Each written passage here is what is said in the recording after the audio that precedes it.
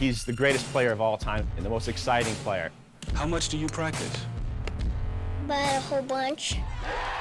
He has feels that no one else in the history of the game has had. He's moved the needle in golf more than anybody. To be able to work on irons that he's going to play is really rewarding and exciting.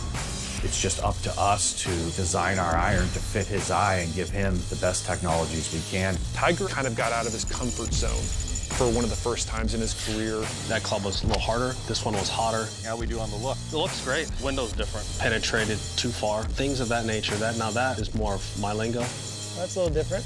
Different tread. Measurements down to the thousandths of an inch. The human hair is like 6,000ths of an inch, and he could see that and feel the difference. It's been a pretty detailed process. Throughout his career, Tiger Woods has been the complete package. Search any archive of any tournament he's played in, and you'll find a library of majestic drives, unbeatable iron play, a wedge game that seemingly never failed him, and a touch on the greens that may never be duplicated. Maybe no one course is more closely associated with Tiger than the South Course at Torrey Pines, a fitting place to debut the complete bag that had taken so long to come together. But to fully understand the story behind what's in his bag now and how it got there, it's important to understand where his relationship with equipment began. Dad always had this belief that every golf club should fit the player instead of the other way around. So what my dad did is he did a proportionality. He measured how tall he was, the length of his clubs, and just did ratios between his arm length and where it hung and his clubs, and then just did a mini version for me. So my clubs have always fit me in length. Now, have they fit me in flex? Hell no, because my dad played X100s. So you take down X100 shaft, cut it down to about this far, the shaft didn't move. One of the hardest things I ever had to make in golf, transition-wise, was going to a regular length set from a junior set, because then the shaft moved. And I've never felt shaft flex in my life. I struggled pretty good when I was about 13. Because I was never hitting the ball the right distance. I would get one to kick and go long. I'd get one that would flutter. And my dad said, just time it. I said, well, I don't like timing, because I've never had to time it in my life. I just had to hit as hard as I possibly could, and it was always there. But once I got accustomed to it, and some of my better years started happening around 14, 15. And my junior career was pretty good after that.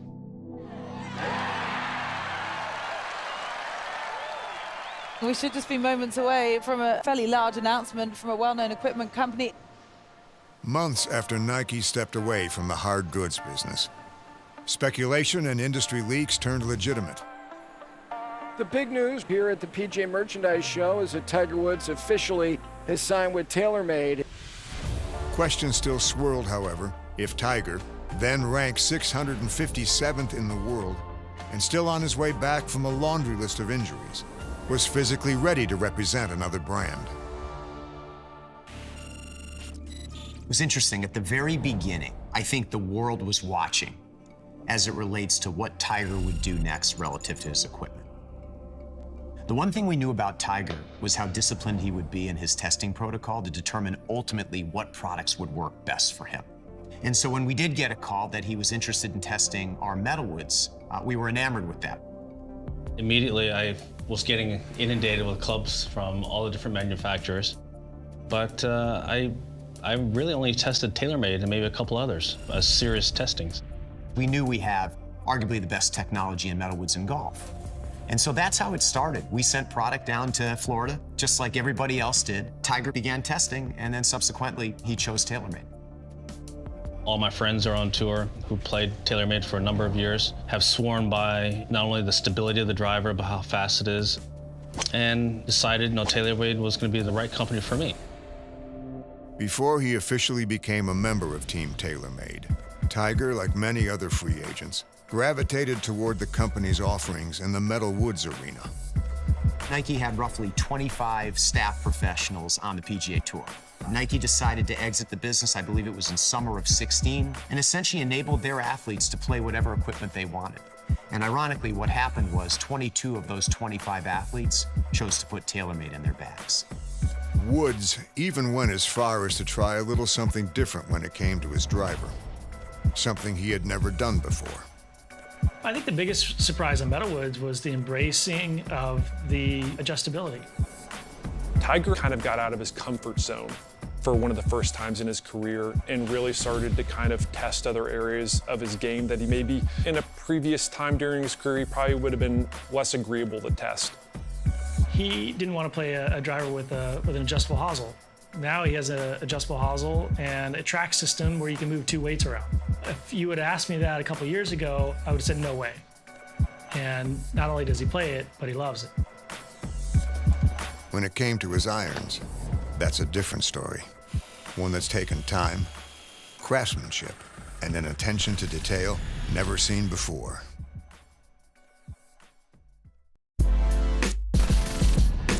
Over the years, it went from testing 50 wedges, 59 irons, 58 irons throughout the bag.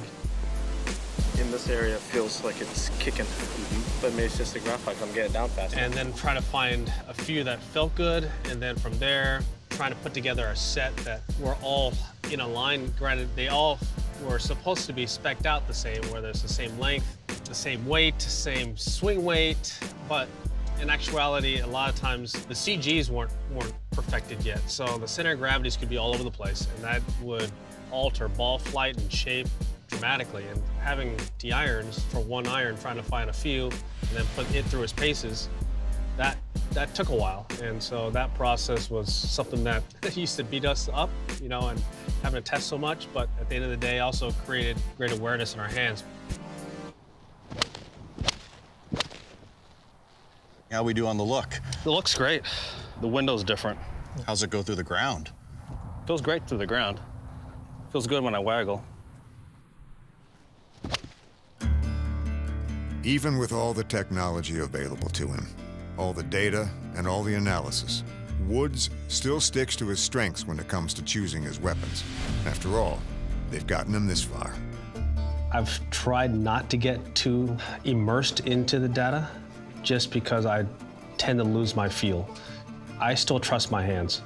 At the end of the day, I'm gonna trust my hands because that's the only thing I have contact with the golf club. You may tell me that here are 5 clubs, they're identical. I can tell you I'll feel something's a little bit different with each one. If my hands are telling me this, then it must be that just from the learning process. Like Jack Nicklaus's focus or Michael Jordan's clutch, Tiger Woods' feel has separated him from his competition throughout his career. His ability to spot acute differences between what suits his game and what doesn't. In a word, extraordinary. He has feels that I could probably argue no one else in the history of the game has had. We've never dealt with somebody on this level. It's a kind of new territory for us. He has an ability to see and feel specific characteristics about golf equipment that is completely uncanny. It's faster, launching higher, spinning the same. So it's going, 2 yards farther. It's a little bit further. You can see my line. Yeah. And then my line's just short, a little left. Yeah. I've known Tiger a long time. I've been out on tour a long time, but I've never had the privilege of working with him and learning from him and helping him on this process of getting his equipment exactly how it needs to be. How does that P790 feel? I like the other one more. Yeah. Everybody sort of talks about the 5 senses that you have, or are there more senses? And when it comes to equipment and Tiger, he has everything and more. What he senses, the experience between the club and his vision or his mind throughout that experience is like nothing I've ever seen. The biggest thing when we looked at Tiger's specs was the level of granularity, how in-depth and precise it was. We're talking measurements down to the thousandths of an inch. A human hair is like 6,000ths of an inch, and his specs are down to the thousandths of an inch. And he could see that and feel the difference. I've seen Tiger recognize that there was a small bubble in the grip tape underneath the grip. When we said that can't be, we took the grip off, there was a small bubble under his thumb. I've seen Tiger take 2 drivers, 2 identical drivers that we spec'd out, He saw a half a degree of face angle in the toe that even our technicians couldn't pick up. I remember a story about putting, and he was hitting 2 or 3 different putts with 2 balls. And one ball would roll out, and he said that this one ball is rolling out 4 inches past the other. And they were like, how would you know that unless you were a machine and you were hitting them the exact same every single time? They tested the ball, and he was dead on correct. He has this ability to feel things, but it's not normal. It's just not something that normal human beings can pick up. To truly understand that feel, it takes a bit of time and a lesson in talking Tiger. How's it feel? Feels fantastic. That's a little different. Different trudge. In terms of the window, the height that you like to see, like it's perfect. It's comparable. It's very comparable. We are talking about a lot of the same things. Tiger's talking about a window, we're talking about peak heights. He's saying how it sets up at address, we're saying it's top line angles. He's looking at feel, we're talking about sound in a lot of cases. So it's really those types of things that we're looking at that he's using a different word, but we're talking about similar things. We just needed a translator. And as we start to do it more and more, the translation becomes less and less. This is our grind shop. This is kind of where we start with some of our processes that we're working for athletes or whatever, shaping forgings, irons, things like that. It's where we keep all of our sandblasters. We've got a lot of different grits that we may use on faces or the finishing of putters. It's where we have a lot of our, meetings. These are some of the documentation that I feel that is valuable as far as keeping his equipment where it needs to be.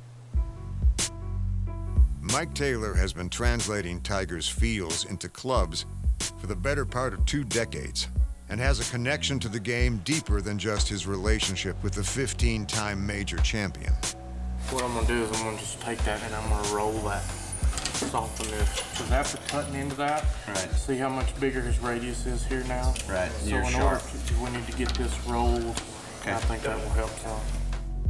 Ben Hogan's personal club maker was named Gene Sheely, and Gene was an incredibly exacting man. He didn't settle for anything but perfection. Well, Gene trained a man, his apprentice was named Mike Taylor. So here Mike Taylor learns the trade directly from Gene Sheely, who directly worked and built clubs for Ben Hogan, and that's the guy that ends up building the clubs for Tiger Woods. Our research phase of the project was 100% with Mike Taylor. His knowledge and experience and documentation throughout of the process that he's had with Tiger, his relationship with Tiger, that became a pretty cool piece to the journey.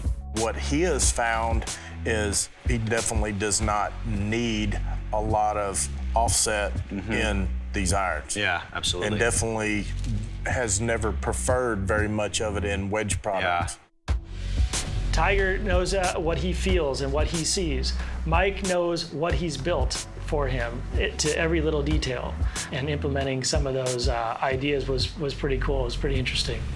I mean, I've seen the man strike it as good at a test session as he probably did in the final 9 holes of a major championship. It's serious to Tiger. We've developed a process that benefited a lot of athletes. From the beginning of a process to develop something with him to the point where we're going to get it in that bag. It's not accident. It has to be a process that delivers that end result, and they have to prove themselves.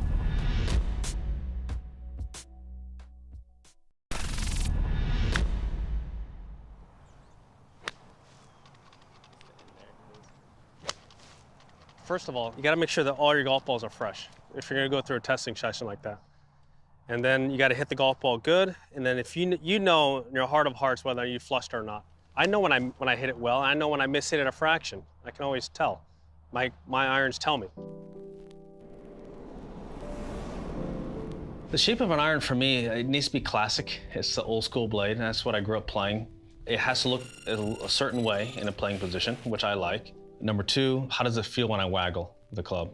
I get all my sensories from my hands. But then to go out there and hit full shots would be the next step. And then lastly, I need to go out there and play lots of holes, hitting golf shots and trying to shoot scores. And then on top of that, it has to have a certain ball flight, a certain traj. I want it to go through a certain window. And when I look up and that ball's not in that window, it's in a different window, then we have issues. In April of 2017, it was once again Tiger's body that was the issue, more than his ability to hit golf shots. Tiger Woods announcing he had a fourth surgery to alleviate ongoing pain in his back. It was a single-level spinal fusion. This is sort of a last resort to try and allow Tiger to have a reasonable personal life where he's not dealing with chronic pain on a day-to-day basis. The next 6 months were filled with uncertainty and speculation, until the end of the summer, when clips of Woods chipping and eventually taking full swings got the internet buzzing. T-Dub back out on the golf course. That's great news for the game. These videos are like contractions during a pregnancy. They're getting closer and closer together. Equally excited, the engineers in Carlsbad, who now had a green light to dive into a process they had hoped to begin some 10 months earlier.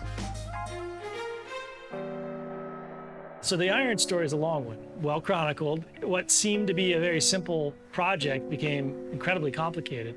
The amount of detail, the precision that we needed, and then how do we add TaylorMade's footprint into something that seemingly he doesn't want to really change. He wants to match. And so that was an inherent challenge. We got Tiger the phase ones. He put them into play and they worked really good. He had a great summer. He won the Tour Championship. We made another set of phase ones after that and they weren't perfect. The initial version of the TaylorMade irons were called the TW, the phase ones, because they knew that that was just the beginning of the process with Tiger. Tiger's one of those guys, he's persnickety. He really wants things a certain way, and TaylorMade realizes that. How often do you switch irons? I probably go every 9 months. Is it hard, once they get them right, is it hard to get, when you get a new set, does it normally work? I start seeing them go. Yeah. And I started getting leery, and then they gotta go. When you get a new set, does it always go in? Yeah, right away. Yeah. Yeah. When you're talking about a blade iron, there's not a lot of technical advancements that you can show a player. With Woods, you can keep making them go straighter, longer, easier to hit, better launch conditions. It's good flight. 265, pretty similar. The difference, the reason it's going farther is it's 2 or 3 miles an hour faster. Is that okay with you, or is it too long? Well, I was actually trying to get this thing to go shorter. Okay. Because I have a huge gap now with my 3-iron and 2-iron. With irons, there's a certain launch condition he wants. Whether it's a 6-iron at 14 degrees and 6,200 spin and it goes 193 yards. He doesn't want it to go 198 yards. He doesn't want it to launch higher or launch lower or spin more or spin less. I don't want surprises in an iron. The last thing I need is for the golf ball to go further. Everyone's so happy to hit the ball further and hot. I just want to hit the ball my number. And if I miss it, it should be short. To me, that's how I want to play the game. Anything outside of that, then I'm going to gravitate towards going the opposite direction. Probably the greatest iron player ever, so I don't think there's any reason to try and change his iron game. It's just up to us to design our iron to fit his eye and give him the best technologies we can to make the iron the best. Templates fit them really nice. Yeah. I think we got it dialed in with that face shape. And then I think that scoreline positioning is kind of the last part of it. There's relevance when you bring the hosel into play. That's one of the things that we've always had to be really, really super sensitive to, is how we establish that position. Here's the shape of this 3-iron, but where does it set in here? In relation to the hosel. A huge part of the process for TaylorMade was getting Tiger comfortable with their patented mill grind technology, which, if approved, would allow Woods to get a new set of clubs dialed into his exact specs virtually whenever he wanted. The mill grind technology, Tiger's embraced it fully.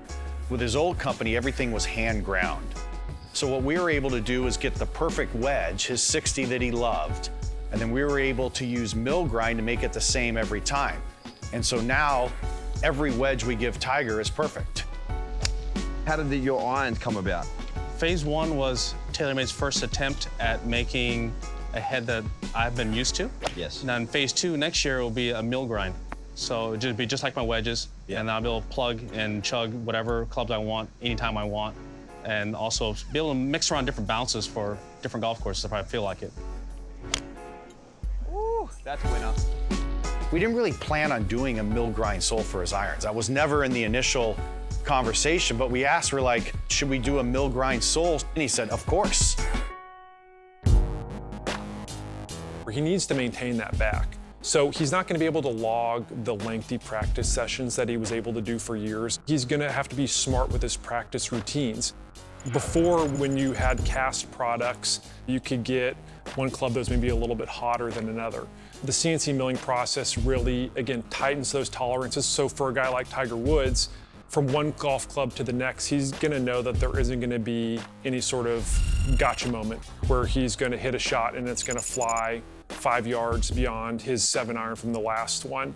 And I think that's where the CNC milling process is so important, is when they pick up a new set, they can just put them straight in the bag and know there aren't gonna be any issues.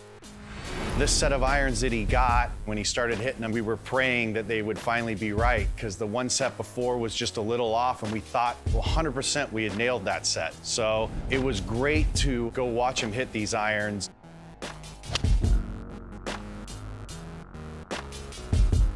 We got everything right, we just got to bring the flight down. Yeah, without hitting it too far. Yeah. To be able to get an iron that looks as beautiful as it does, passes his test for performance, and the fact that you can actually repeat that product over and over again is something that, again, we didn't know we were going to get there at day one, but ending there was spectacular. It's been a very rewarding process, and it's honestly made us a better iron company.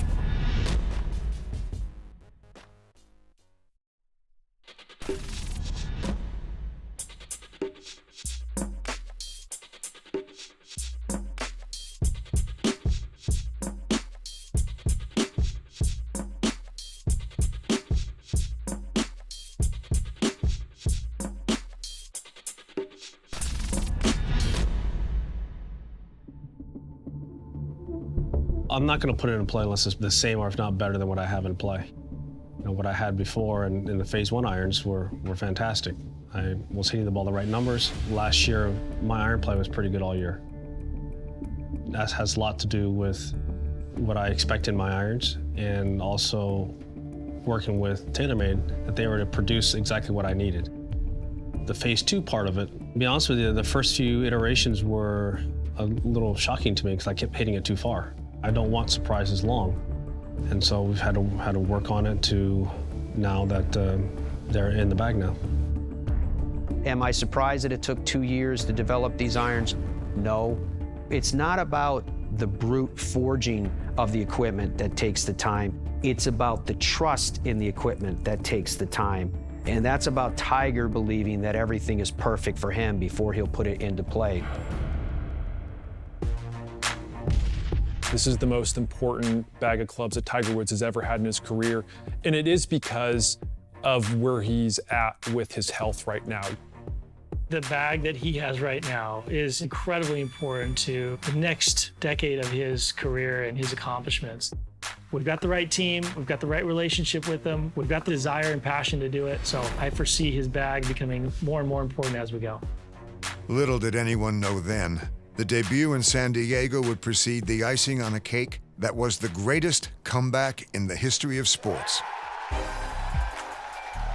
The process complete, and years of hard work realized for not only perhaps the game's greatest champion, but for the craftsman behind the tools Tiger Woods used to craft his most wonderful masterpiece. The outlook's fantastic. You see the confidence that he's got, you see the passion that he's got, he's enjoying himself. The players love having him out there, the fans, everything. It's just really coming together for him just to have this dramatic return to golf and just be successful out there again. I want him to do as well as possible, not because it's just for the equipment and not just because he's Team TaylorMade, but because I want to validate that he put his trust in us to make the best equipment for him. I do believe of all the big decisions he's made, perhaps the biggest decision was what equipment he was going to put in his bag. We wanted to ensure that we gave him everything we had to give him the best opportunity to win, and it's working. He's arguably the greatest golfer ever, and it's been fun to be one of the guys in that process to watch this climb. As long as he's grinding away, we're going to be grinding away. We hope to be there for his 16th and beyond. As much as we can be part of this experience from now until the end, we want to be there.